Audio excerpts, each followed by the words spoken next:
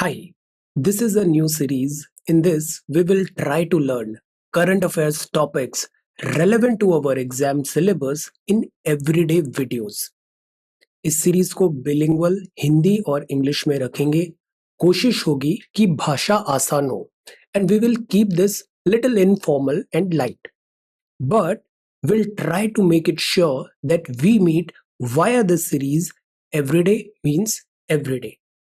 सो आज first episode है और आज केवल दो टॉपिक्स हम देखते हैं. पहला टॉपिक है, first is Indian space association. इसको आप लिंक कर सकते हो जीएस पेपर 3 से, गवर्नमेंट पॉलिसीज से, इंटरवेंशन साइंस एंड टेक्नोलॉजी से.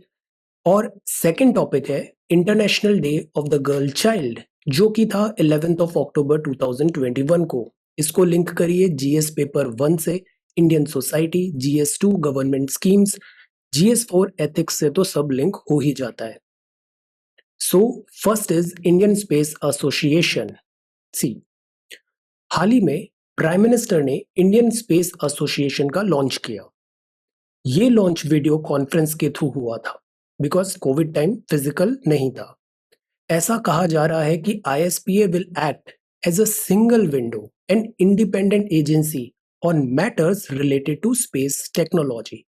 मतलब कि स्पेस से रिलेटेड जो भी मैटर है वो सब वन स्टॉप सॉल्यूशन होगा दिस ISPA के अंदर.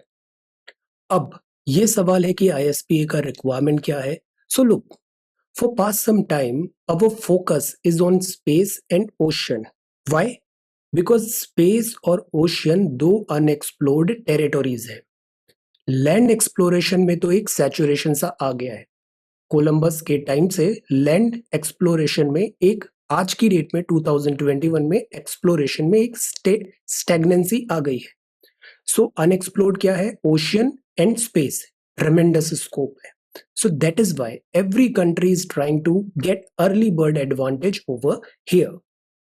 स्पेस एक्सप्लोरेशन में हमारा ट्रैक रिकॉर्ड भी काफी अच्छा रहा है क्योंकि हमारे पास है ISRO, but still we need contribution and participation of private sector. So इसीलिए एक यूनिफाइड, स्ट्रीमलाइंड और एफिशिएंट प्लेटफॉर्म की हम तलाश में थे. As a result here comes the Indian space association. So ये कलेक्टिव वॉइस होगा इंडियन स्पेस इंडस्ट्री का, अंतरिक्ष. ये रिप्रेजेंट करेगा लीडिंग डोमेस्टिक और ग्लोबल कॉरपोरेशंस को. ये वर्क करेगा फॉर बिल्डिंग ग्लोबल लिंकेजेस. ये ट्राई करेगा to bring in critical technology and investments into the country. और ऐसा क्यों होगा? इससे क्या फायदे होंगे?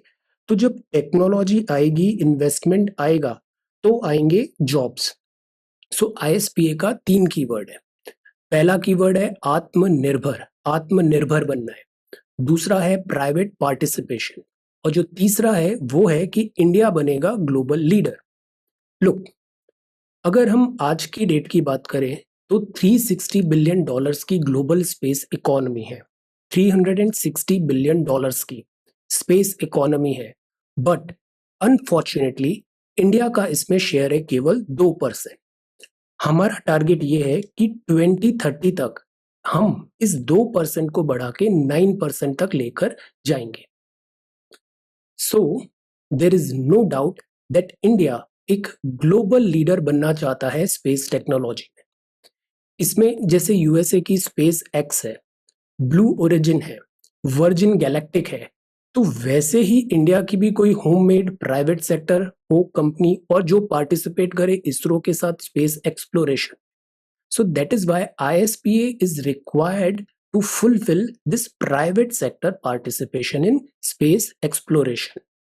तो ISPA में प्राइवेट प्लेयर्स भी हैं and the good thing is वो फाउंडिंग मेंबर्स भी हैं, जैसे कि भारती एयरटेल, लार्सन एंड टूर्बो, नेल्को. What is Nelco? नेल्को है टाटा ग्रुप का. एक वन वेब है, एक है Map My India, then Walchand and Nagar industries है, अल्फा डिजाइन टेक्नोलॉजी है. तो ये जो प्राइवेट कंपनीज हैं ये हैं founding member of this ISPA. This sound so good. So ISPA के 4 पिलर्स हैं. पहला, allowing the private sector freedom of innovation. Freedom of innovation. Second, government playing the enablers role, तो गवर्नमेंट एक enabler का role play करेगी for private sector. Third, preparing youngsters for the future, जैसे कुछ time पहले हमने देखा था अटल स्पेस चैलेंज था, ये 6 से 12 तक के स्कूल के बच्चों के लिए है और इसमें स्कूल चिल्ड्रन का इंटरेस्ट डेवलप करने की कोशिश की जा रही है स्पेस एक्सप्लोरेशन में। फोर्थ पिलर होगा treating the space sector as a resource for the progress of the common man. इसका क्या मायने है? सी, जैसे सैटेलाइट्स हैं, टेक्नोलॉजी है, इनका ना मास स्केल में कॉमन मैन के लिए यूटिलिटी है, जैसे कि disaster preparedness, cyclone early warning system, floods forecast, even जो फसल बीमा योजना है उसमें भी दिस सैटेलाइट के थ्रू मैपिंग की जा रही है। नेविगेशन में सैटेलाइट का जो रोल है वो अनपैरेलल है। तो अभी इस टॉपिक से हम इंट्रोड्यूस हो गए हैं, over the time further understanding इसकी डेवलप करेंगे। So this was the first topic for today.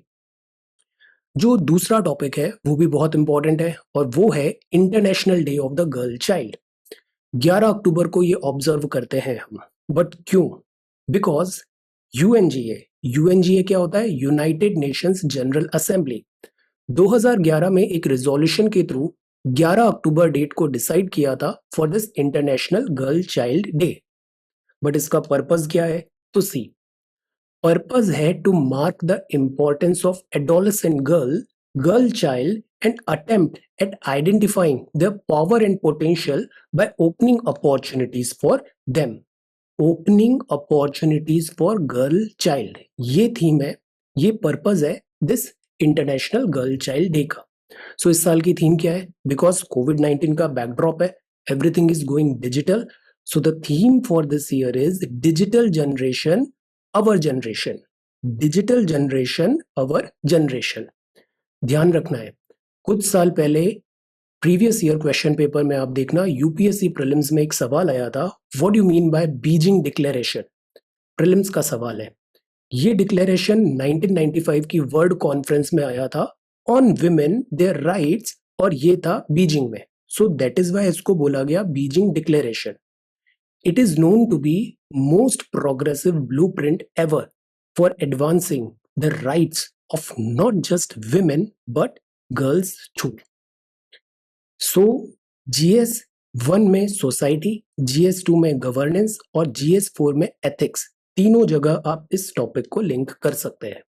कोविड-19 का बैकड्रॉप है, हमने समझा था कि सैड रियलिटी आज की ये है कि gender inequality is on rise. इसको इमीडिएटली चेक करना बहुत जरूरी है and we need to ensure every girl, this generation of girls, regardless of race, gender, language, ability, economic status, and geographic origin, lives their full potential. So, this is the first episode of Everyday Talk. We'll meet tomorrow. Take care, study well, and be safe.